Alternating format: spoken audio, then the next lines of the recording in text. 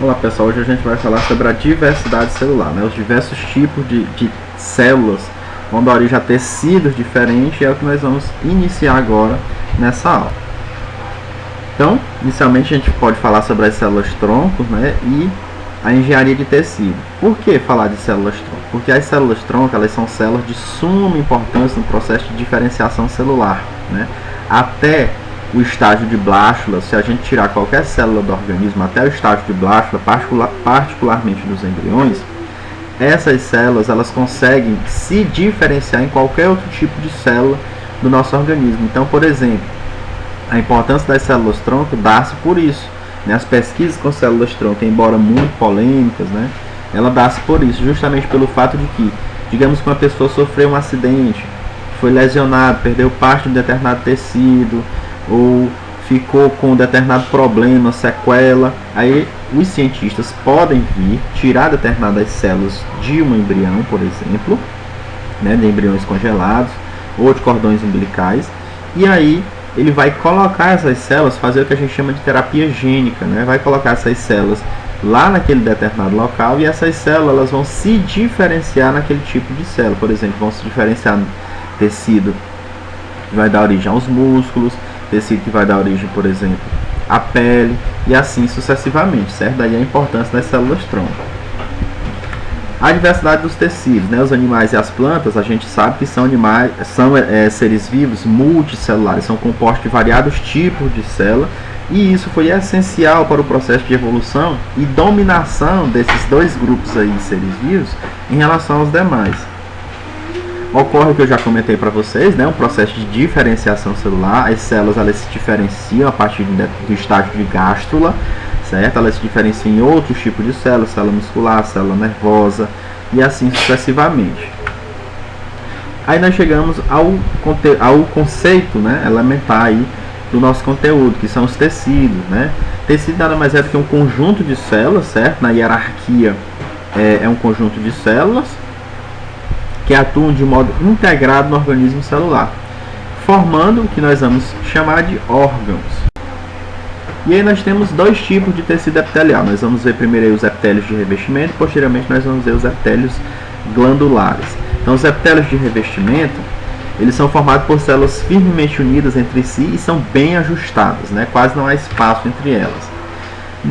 Não há vasos sanguíneos, e as células elas recebem gás, oxigênio e nutrientes por difusão, certo? A partir dos tecidos conjuntivos próximos.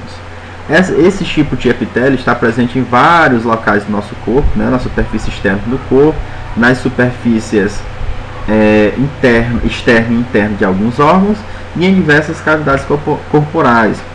Esse tipo de epitélio constitui uma barreira natural e eficiente, né, contra agentes infecciosos, contra agentes invasores, e também impedem a perda de líquidos corporais. Então, por exemplo, o epitélio que tem no nosso nariz, ele protege, né, contra determinados organismos invasores. Daí não ser indicado a gente respirar pela boca, porque no caso a boca já não tem esse epitélio de proteção, no caso do nariz tem, certo?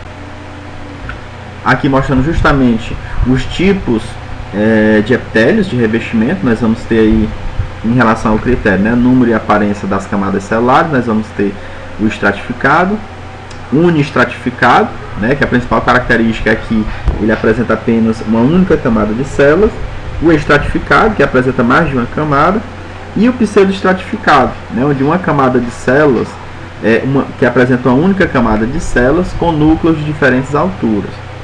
Temos aí, em relação à forma das células, onde nós vamos ter o pavimentoso, que as células são achatadas, o cúbico, que as células são cúbicas, o prismático, que as células são prismáticas alongadas, e o de transição, né, que as células são arredondadas e posteriormente se tornam achatadas quando submetidas a estiramentos. Aqui mostrando justamente onde estão localizados os principais tecidos de revestimento, né, como eu havia falado para vocês, aí no nariz nós vamos ter um tecido epitelial, chamado pseudo estratificado prismático, né, na mucosa nasal, que protege justamente contra a infecção ou a entrada de agentes. Nós vamos ter aí na traqueia o epitélio pavimentoso estratificado, aliás, no esôfago, o epitélio pavimentoso estratificado. Nós vamos ter aí No túbulo do rim, o epitélio cúbico simples. No pulmão, nós vamos ter o epitélio pavimentoso simples. E no estômago, o epitélio prismático simples. Então perceba como ele está revestindo vários órgãos do nosso organismo. Chegamos aí aos epitélios glandulares, né, que constituem as glândulas, cujas células são especializadas na secreção celular. Não vão confundir com excreção. Secreção é um tipo de substância diferente de excreção, certo? Secreção geralmente é realizada por uma glândula, né, uma substância que ainda pode ser aproveitada. Nós vamos ter dois tipos, né, as glândulas exócrinas, que apresentam ductos, certo? Para eliminação de secreções para fora do corpo ou para outras cavidades corporais. Contudo, sai de uma glândula para ir para outro órgão ou para fora do nosso organismo. E aí nós temos dois exemplos, né? As glândulas sudoríparas e as glândulas salivares. São dois tipos de substâncias consideradas glândulas exócrinas. Está aqui mostrando justamente, né? Tipo simples tubulosa, simples acinosa e composta túbulo acinosa. Vocês estão vendo aí os ductos, né? E as porções secretoras.